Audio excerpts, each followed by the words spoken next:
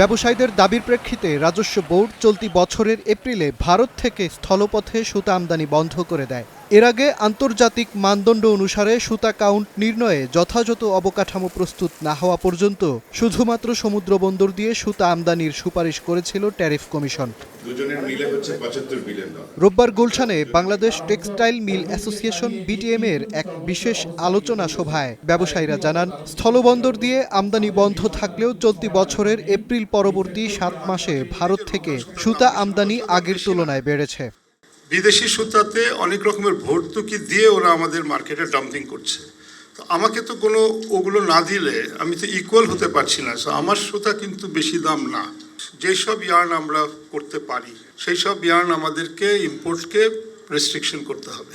গত এপ্রিল থেকে অক্টোবর এই 7 মাসেই শুধুমাত্র আমরা ইন্ডিয়া থেকে আমাদের 950 মিলিয়ন ইউএস ডলারের সুতা ইম্পোর্ট হয়েছে।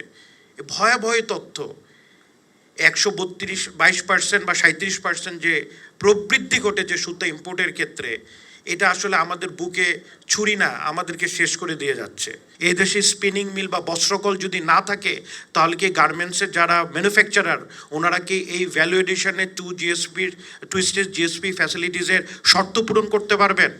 এ সময় ব্যবসায়ীরা দাবি করেন, কম দামে ভারতীয় সুতা দেশে প্রবেশ করায় প্রতিযোগিতায় টিকতে না পেরে অন্তত 50টি টেক্সটাইল কারখানা বন্ধ হয়ে গেছে। এমন পরিস্থিতিতে ভারতীয় সুতা আমদানি নিয়ন্ত্রণে সরকারকে দ্রুত পদক্ষেপের দাবি জানানো হয়। এই কারখানাগুলো যদি বিনিয়োগের পরিমাণ আপনারা চিন্তা করেন, 500 থেকে 700 কোটি টাকার কম নয়। 2 লক্ষ কর্মসংস্থান।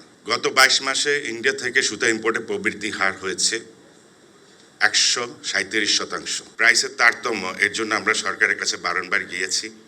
আমরা বোঝানোর চেষ্টা করেছি যে আপনি আমাদেরকে প্রণোদনা দিলে আপনার লাভ হচ্ছে না ক্ষতি হচ্ছে, কিন্তু সরকারের এখানে কোনো আলোকপাত করে না।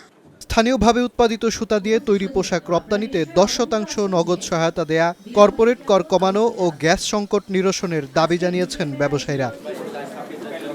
মাজহার মাহবুব, স্টার নিউজ, ঢাকা।